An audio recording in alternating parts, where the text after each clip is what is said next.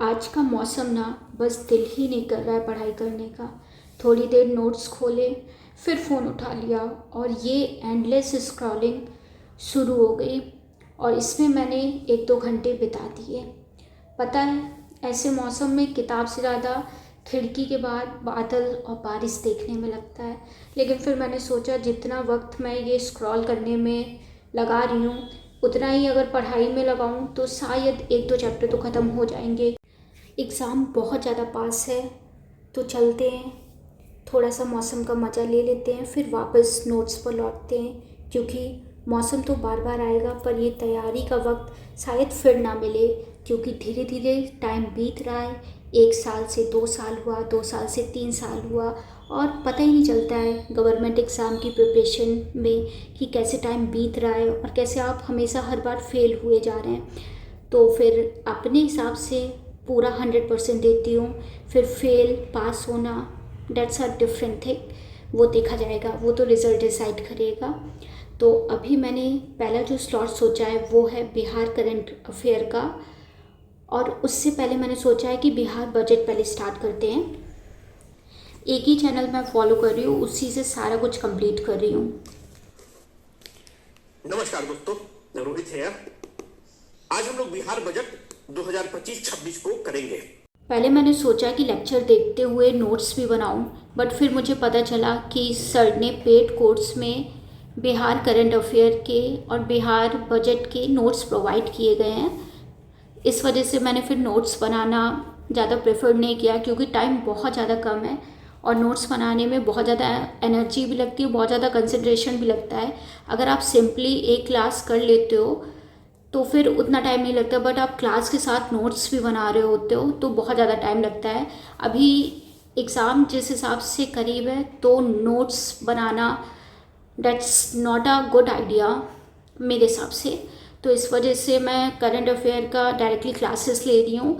इसको मैं फिर अभी 1x पे देख रही हूँ, फिर कुछ टाइम के बाद 2x पे देखूँगी, जिससे मेरा डबल रिवीजन हो जाएगा और जो नोट्स है उसको मैं 1-2 बार रिवाइज कर लूँगी। बिकॉज करंट अफेयर ऐसा सब्जेक्ट है, जितना आप रिवाइज करोगे उतना आपके दिमाग में क्लिक होगा जब आप एग्ज़ाम दोगे, क्योंकि सारे ऑप्शन सिमिलर लगते हैं जब एग्ज़ाम देते हो। करंट अफेयर में तो मोस्टली आपको सब फील होगा कि हाँ ये भी करेक्ट हो सकता है, ये भी करेक्ट हो सकता है। बट अगर आप रिवीजन 2-3 बार किया, अगर आपको याद भी नहीं है बट आपको क्लिक करेगा कि हाँ ये ऑप्शन मैंने कुछ पढ़ा था तो ये हो सकता है। तो करंट अफेयर मोस्टली मेरे इसी तरीके से सही होते हैं, नहीं तो अदरवाइज़ मेरी करंट अफेयर की प्रिपरेशन हमेशा पुअर रहती है। लास्ट ईयर बहुत अच्छी थी, इस साल थोड़ी सी बेकार है, थोड़ी सी नहीं ज़्यादा बेकार है, बट आई विल ट्राई कि 15-20 दिन में इसको अच्छे से कंप्लीट कर लूँ। तो यहाँ पे मैंने आपको बता दिया है कि मैं क्या क्या कंप्लीट करूँगी। सबसे पहले बिहार बजट की वीडियो, फिर बिहार करंट अफेयर, फिर उसका रिवीजन और बिहार बजट का रिवाइज करूँगी। और इधर पे मैं करंट अफेयर पढ़ते पढ़ते थक गई थी, फिर मैंने सोचा कि क्यों ना थोड़ी सी बुक पढ़ते हैं। अभी जब तक मेरा एक एग्ज़ाम नहीं था, उससे पहले मैंने रोज़ का टारगेट किया था कि मैं 5-10 पेज पढ़ूंगी अच्छी बुक्स को, और मेरी बहुत अच्छी हैबिट भी बन गई थी और मैंने 1 साल में बहुत सारी बुक्स को कंप्लीट कर लिया था। बट इस साल मैंने एक भी बुक को कंप्लीट नहीं किया। तो यहाँ पे कोई छोटी बुक से मैं स्टार्ट कर रही हूँ, जिसका मैनिफेस्ट करके बुक थी, बहुत सिंपल वर्ड में दिया था और मुझे स्टार्टिंग ही कुछ सेल्फ हेल्प बुक से स्टार्ट करना था, मुझे फ्रिक्शन से नहीं स्टार्ट करना था। पिछले साल मैंने फ्रिक्शन बहुत ज़्यादा पढ़ी, बट इस टाइम मैंने सोचा है कि जब आप पढ़ाई से रिलेटेड होते हो तो मुझे लगता है कि ग्रोथ वाली ज़्यादा पढ़ लो, क्योंकि फ्रिक्शन पढ़ते हो वो ज़्यादा इंटरेस्टिंग होती है, तो उसमें बहुत ज़्यादा टाइम चला जाता है। तो अभी मैंने थोड़ी देर ये पढ़ा, उसके बाद मैं फिर से पढ़ाई स्टार्ट करूँगी। बट अभी मैं 30 मिनट 40 मिनट इस बुक को कंप्लीट करने में लगाऊंगी, क्योंकि बुक ज़्यादा बड़ी नहीं है। अगर कंप्लीट हो जाती है अच्छी बात है, नहीं तो कल फिर से पढ़ेंगे 5-6 पेज। आफ्टर रीडिंग बुक थोड़ा सा अच्छा फील हो रहा था, क्योंकि लगातार स्टडी करते हैं तो फिर बाउंस भी करने लगता है बहुत सारे टॉपिक। तो मैं बीच बीच में थोड़ा सा ब्रेक ले लेती हूँ, या फिर टी ब्रेक ले लेती हूँ, या फिर कोई भी बुक पढ़ लेती हूँ, थोड़ा सा फ़ोन भी कभी कभी चला ले। आप लोग भी कमेंट्स में बताइएगा कि आप लोगों की पढ़ाई कैसी चल रही है। अगर आप 11th-12th में हैं तो आपका क्या एम है, क्या गोल है, आगे क्या सोचा है, और अगर आपकी प्रिपरेशन चल रही है पीसीएस की, किसी भी स्टेट की या फिर यूपीएससी की, तो आप लोग बताइएगा कि किस हिसाब से तैयारी है आप लोगों की।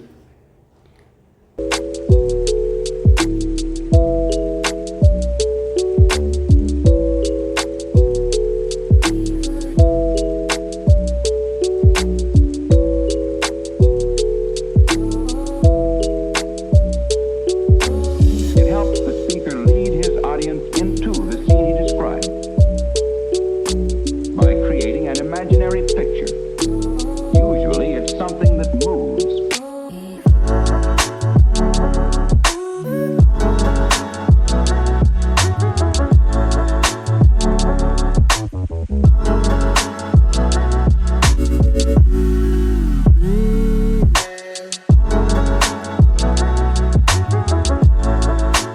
अभी मैंने 3 घंटे की लगातार पढ़ाई कंप्लीट कर ली है, जिसमें मेरा 3 चीज़ कंप्लीट हुआ है। फर्स्टली बजट, उसका रिवीज़न और एक करंट अफेयर का लेक्चर। फिर मैंने सोचा कि चलो अब थोड़ी देर रेस्ट करते हैं, इस वजह से मैं थोड़ी देर छत पे चली गई थी और वहाँ पे बारिश हुई थी, तो बहुत अच्छा फील हो रहा था। आपको दिखाती हूँ। अभी मैं थोड़ी देर छत पे आई थी और मैंने छत पे देखा कि शिमला मिर्च कितनी सारी निकली हुई है, ये देखो। और मैंने देखा कि रेन लिली भी निकली है। Wow, it's look so pretty.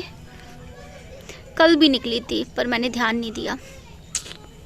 Wow, बारिश के बाद सब चीज़ कितनी सुंदर लगने लगती है। So pretty. भाई साहब, आई लव नेचर। अगर पढ़ाई नाम की चीज़ नहीं होती इस दुनिया में, तो मैं कुछ ऐसा काम कर रही होती जो नेचर से रिलेटेड होता। जैसे मैं डिफरेंट सिटी में घूम रही होती नेचर के बीच में। चलो, ये सब मेरे सपने हैं, कुछ अच्छा कर लेंगे, उसके बाद कंप्लीट करेंगे। तो यहाँ पे आके मैंने रिवीजन स्टार्ट किया।